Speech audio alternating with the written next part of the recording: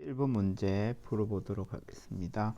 41번 문제는 효소에 대한 문항으로 효소에 대한 설명 좀 틀린 것을 질문하고 있습니다. 67페이지 보도록 하겠습니다. 노란 책 3단은 효소에 대한 이야기가 나와 있는 부분입니다. 두 번째 단락 제일 위에서 다섯 번째 줄 정도 가게 되면 뒤쪽에 마그네슘, 아연, 망간, 철과 같은 금속 이온이 보조인자이거나 또는 NAD, FAD, 코에이와 일부 비타민과 유기결합체인 조효소, 코엔자임이다.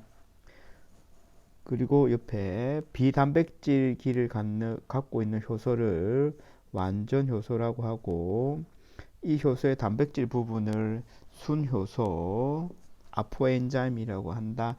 그래서 홀로 엔자임 완전 효소는 순효소 아포엔자임 플러스 보조인자 코펙타로 이루어지고, 옆에 다른 분자 구조를 갖는 동일한 반응을 촉매하는 효소를 아이소자임이라고 한다.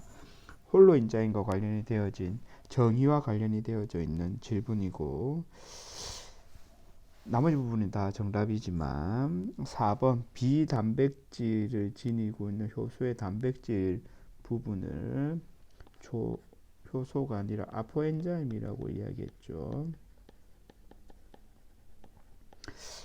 요 책에서는 순효소, 생화학 책에서는 결손효소 이렇게 나와 있습니다. 42번 문제 효소의 활성도에 대한 설명으로 옳은 것은 88페이지 보도록 하겠습니다. 88페이지 가보시면 아래쪽에 pH와 온도의 영향 3-2-4단원 제목 보시고 그 옆에 적어 두셨으면 좋겠습니다. 효소의 종류마다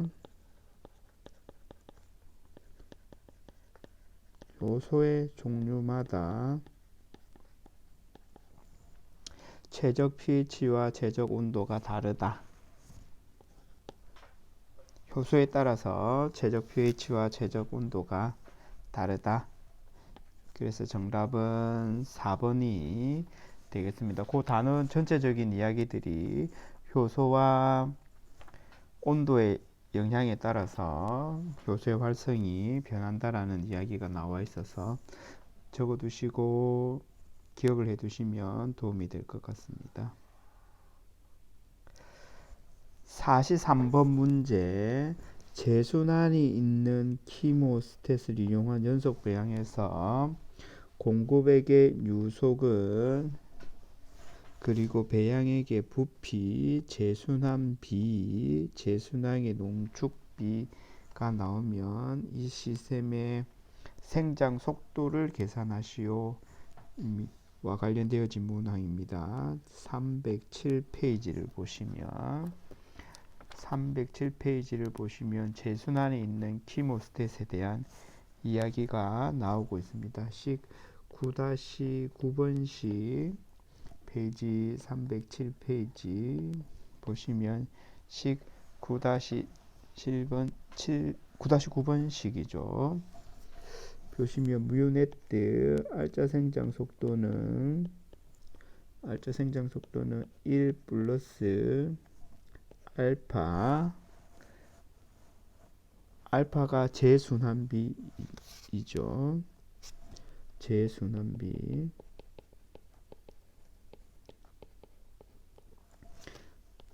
그리고 알파 곱하기 C 곱하기 D C는 농도인자 D는 희석 속도이죠.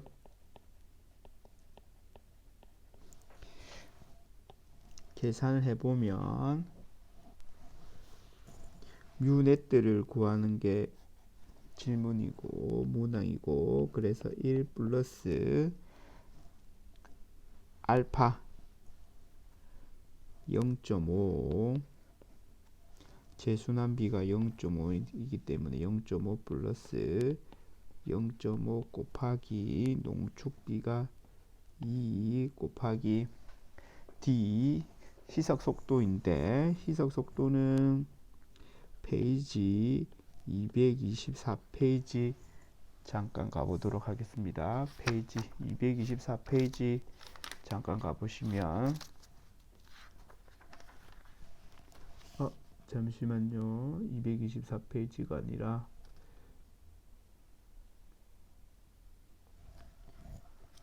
317페이지 뒤쪽에 317페이지를 가보시면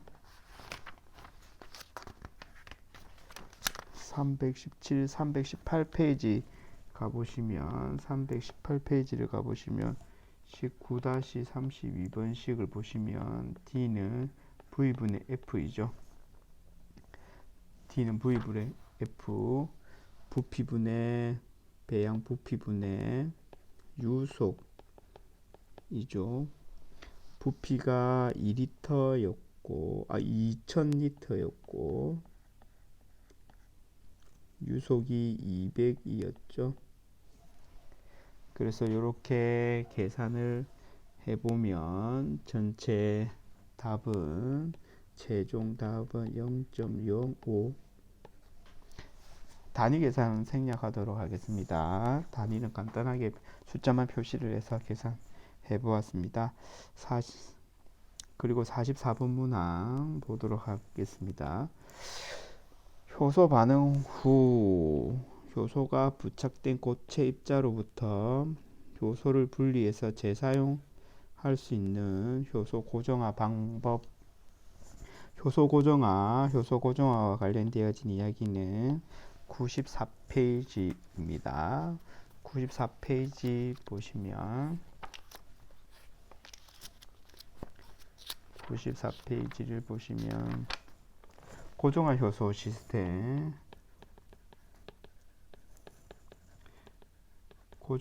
시스템에 대한 이야기가 나오고 고정화 효소 시스템은 크게 가두기 방법과 두 번째 표면 고정화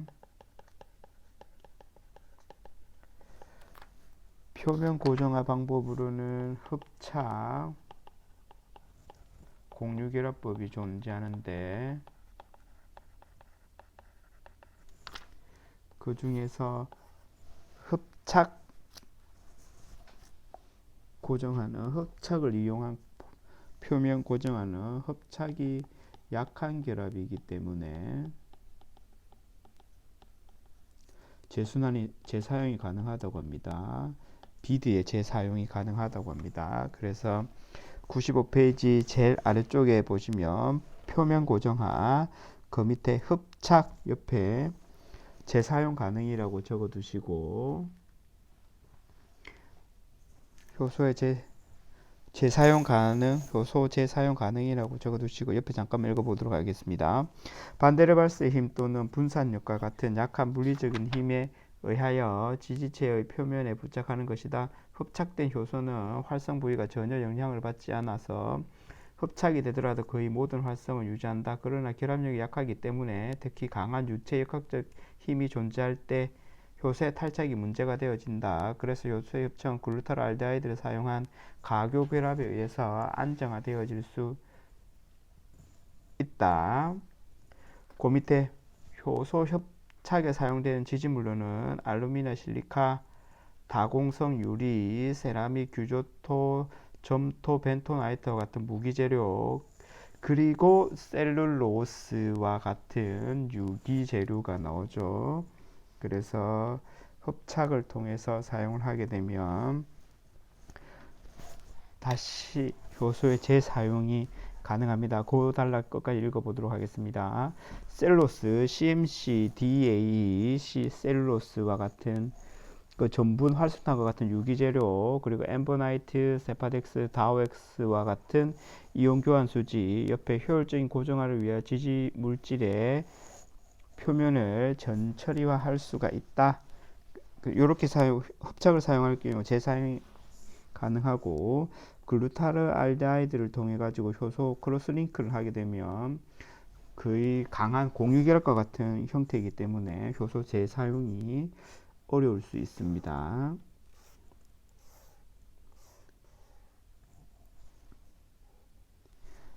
45번 문제 보도록 하겠습니다. 조금 이야기가 어려운데 모노드 모델을 따내는 이야기이고, 모노도식과 관련되어진 이야기는 노란 책 210페이지를 보시면 요번 계산 문제는 조금 어려운데, 뮤g는 ks 플러스 s분의 뮤맥스 곱하기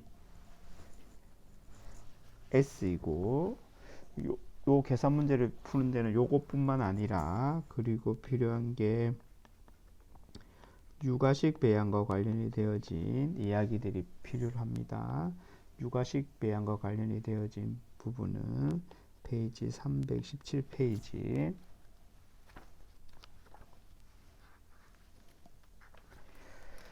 318페이지를 보시면 뒤쪽에 필요로 한 식이 1번 희석속도는 F분의 V라고 하는 318페이지 제일 아래쪽에 식 9-32번식 위에 보시면 F per V는 D라고 하는 식, 그리고 필요한 식이 두 번째 식은 9-34번식 기질의 농도는 뮤맥스 빼기 D분의 KS 곱하기 D입니다. 문항에서 보시면 문학에서 제일 마지막에 플루레이트를 얼마를 해줘야 하나라고 하는 질문이기 때문에 플루레이트, 여기 나오는 플루레이트를 계산하는 문항입니다. 플루레이트를 계산하기 위해서는 V가 표시가 되어져 있으므로 V가 표시가 되어져 있으니까 D를 계산해야 되는데, D는 2번식을 통해서 계산할 수가 있고, 2번식에서 D를 계산하려고 하면 뮤네트 값이 뮤맥스 값이 계산이 되어져야 되는데, 뮤맥스 값은 여기에서 계산을 해서 이렇게 대입을 해야 합니다. 그래서 순차적으로 계산을 해보면 문제를 풀이하는 방법은 처음 계산해서 KS 값을 구해야 되네요. KS 값을 구하고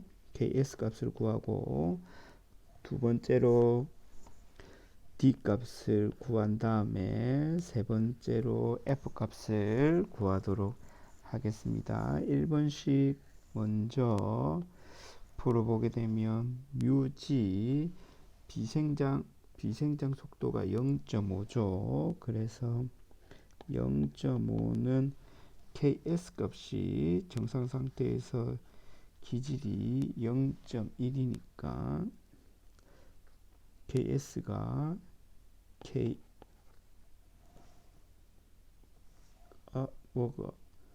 잠시만요. KS 플러스 0.1, 기질의 농도가 0.1이었죠. 0.1분의 0.7 곱하기 0.1, 최대 성장 속도가 0.7이었으니까 요걸 계산해 보게 되면 요 위에 부분이 0.07이 되고 0.07이 2분의 1이니까 0.14가 되어야 되는데, 그러므로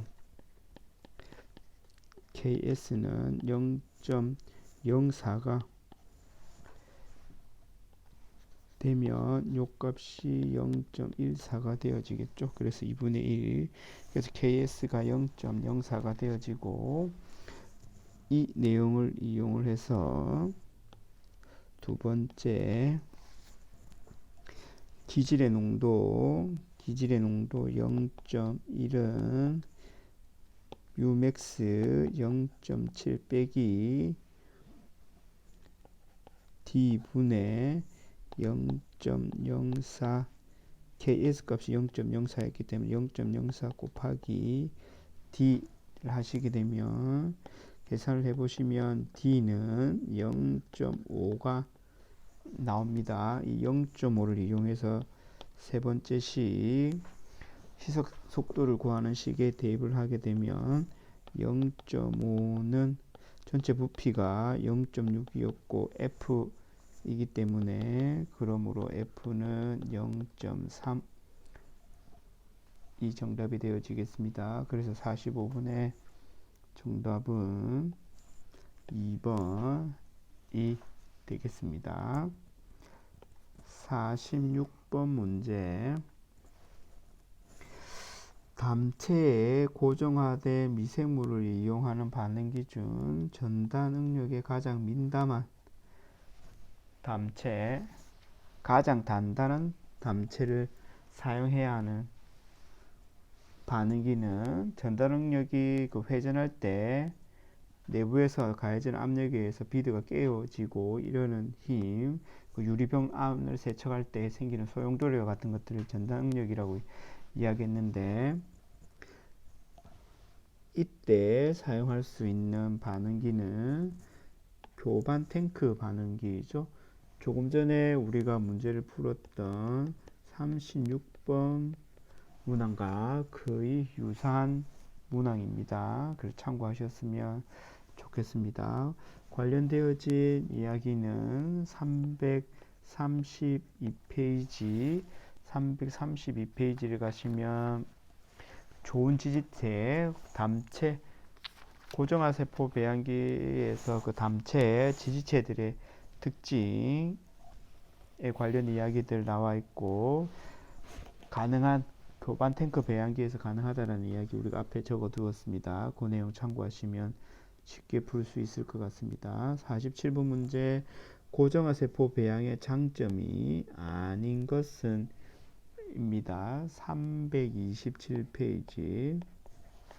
327페이지를 보시면 고정화세포계 9-3번 고정화세포계 아래쪽에 하나 둘 세 줄내로 오시게 되면 장점 동그라미 쳐 놓으시고 장점에 그 아래쪽에 나와 있는 점들 점 하나 둘 셋 넷 다여 다음 페이지에 나와 있는 7번째 점까지가 다 장점입니다.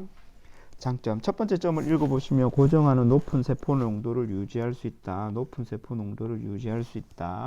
그리고 두 번째 고정화 세포는 재사용할 수 있고 세포 회수와 세포 재순환 공정에 드는 비용을 없앨 수 있다. 재사용하여 비용이 절감되어진다. 세 번째 고정하는 높은 희석 속도에서 세포가 세출되는 현상 문제가 없다. 높은 희석 속도에서 세포의 세출이 없다. 1, 2, 3번이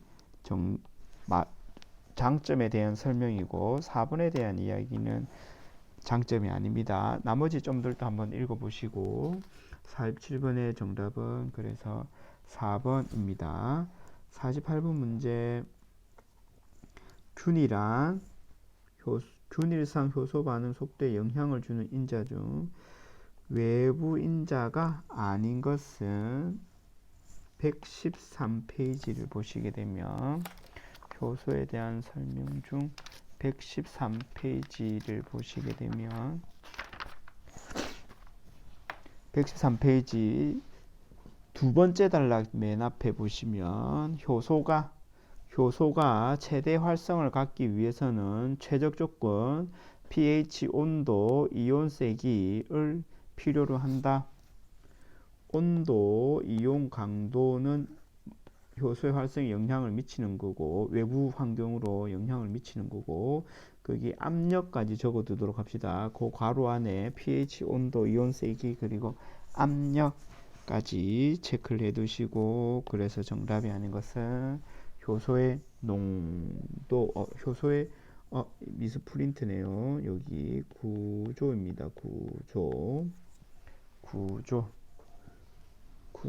효소의 구조는 외부인자가 아니라 내부인자이겠네요. 내부인자. 요 미스프린트가 있습니다. 원래 시험 문제는 구조라고 나와 있네요. 49번 문제 보도록 하겠습니다. 효소 반응 속도식을 어떻게 얻을 수 있는가? 49번 문제. 효소 반응 속도와 관련되어진 이야기이고 71페이지 보도록 하겠습니다. 71페이지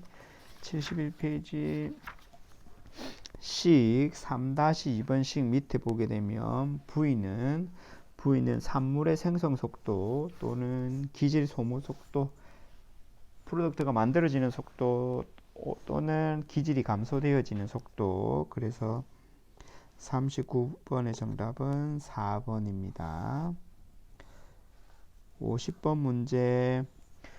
효소 A와 효소 B의 기질 S에 대한 미켈레스 멘텐 상수의 값이 각각 0.1과 0.2일 때 미켈레스 멘텐 상수 Km에 대한 문항이네요.